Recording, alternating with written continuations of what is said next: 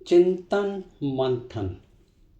मनुष्य एक अभिशाप। हमारे तिलक राष्ट्रीय महाविद्यालय की 6वीं कक्षा के हमारे बुजुर्ग शिक्षक श्री दुर्गा प्रसाद त्रिपाठी जी हिंदी की क्लास लेते थे। किसी विषय को पकड़ के निबंध कैसे लिखे जाते हैं ये हमने उनसे सीखा। सबसे पहला निबंध जो हमने सीखा व समझा उसका विषय था विज्ञान वरदान या अभिशाप।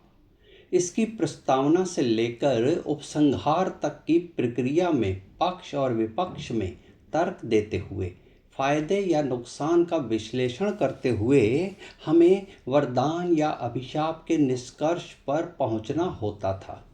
निबंध लिखने की पारंगतता के आधार पर फिर तो काफ़ी विषयों पर निबंध लिखने की कला में हम माहिर हो गए। इसी तर्ज पर हाल ही में एक गुरु जी के समक्ष एक नाटिका के रूप में एक प्रस्तुति हुई जिसका विषय था मोबाइल वरदान या अभिशाप। उस प्रस्तुति में विचार मंथन के आधार पर मोबाइल के नफ़े नुकसान गिनाते हुए अंत में मोबाइल को अभिशाप की श्रेणी में घोषित करते हुए नाटिका का अंत किया गया। चूँकि आज समाज में मोबाइल के इस्तेमाल ने अति के रूप में बच्चों और बड़ों सबको अपनी गिरफ्त में ले लिया है, जिसे पूरा समाज झेल रहा है, भोग रहा है, सो मोबाइल के आविष्कार को अभिशाप गिनाते हुए नाटिका की लेखिका श्रीमती विमला चंद्रलाल गुरनानी ने भरपूर तालियां बटोरी और वाहवाही लूटी। गुरु ने भी उसकी भूरी भूरी प्रशंसा की। पर गौर करने लायक एक मुद्दा ये है कि मोबाइल का आविष्कार तो मनुष्य के हाथों हुआ है। उसके वरदान या अभिशाप के निर्णय के लिए सबके मत अलग अलग जो भी हों, पर खुद मनुष्य का आविष्कार जिस परम पिता परमात्मा के हाथों हुआ है वो आज के समय में अपने इस आविष्कार पर खुद इस असमंजस में होगा कि मैंने मनुष्य का आविष्कार मेरी बनाई सुंदर सृष्टि के नज़ारों को निहारने और सृष्टि की रचना को सजीव और जीवंत करने के मकसद से किया था। उस पर अगर एक निबंध के तौर पर निर्णय पर पहुंचना हो कि परमात्मा का यह आविष्कार मनुष्य वरदान है कि अभिशाप, तो फैसला लेने में शायद वक्त नहीं लगेगा कि ईश्वर की योजना को तहस नहस करते हुए ईश्वर की योजना के मकसद के विपरीत मनुष्य अभिशाप ही सिद्ध हो रहा है। ईश्वर की रचाई सुंदर सृष्टि का सत्यानाश करने पर उतारू मनुष्य बदनाम होकर अभिशाप की श्रेणी में ही गिना जाएगा। इसका विश्लेषण करते हुए वरदान के पक्ष में जो मत और तर्क रखे जाएंगे वो जोरदार तरीके से वजनदार रूप में रखे ही नहीं जा सकते।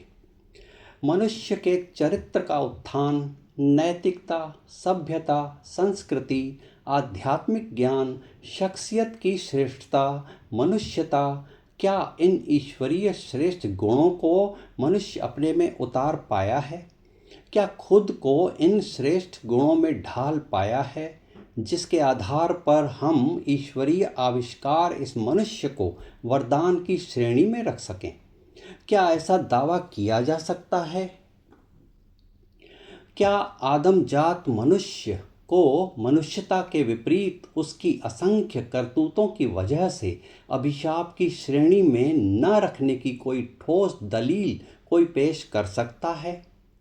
मनुष्य ही इस संपूर्ण सृष्टि का सर्वाधिक हिंसक पशु है। ऐसा फिर क्यों कहा गया है? मनुष्य ही मनुष्य का दुश्मन है, कोई किसी का सगा नहीं है। विकास, उन्नति, प्रगति के नाम पर चारों ओर विनाश, अवनति और अधोगति की परिस्थिति का निर्माण किसने किया है? मनुष्य को भवसागर की वैतरणी पार करवाते हुए परलोक का मार्ग बताने वाले गुरुओं की बाढ़ सी आई हुई है। लेकिन मनुष्यता का पाठ पढ़ाने वाला कोई गुरु क्या मनुष्य के आविष्कार को वरदान कहा जा सके ऐसा महान पाठ पढ़ा पाया है? पशु नाम के प्राणी को भी लज्जित कर दे ऐसे कृत्य मनुष्य नाम का प्राणी सरेआम करता हुआ हमारे आसपास मौजूद है। किस दृष्टिकोण से स्वर्ग जैसी सुंदर सृष्टि को नर्क समान बना देने वाले मनुष्य को हम वरदान की श्रेणी में रखें?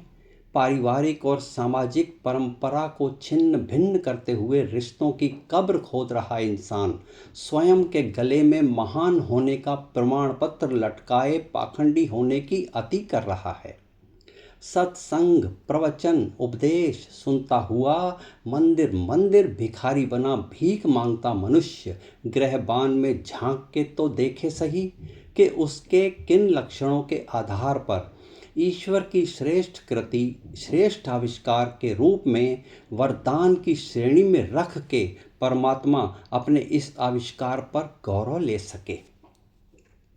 सर्वश्रेष्ठ होने का दावेदार मनुष्य कितना है हकदार, अब कौन इसके वहम को तोड़े रमेश, कितनी बड़ी खुशफहमी का है वो शिकार।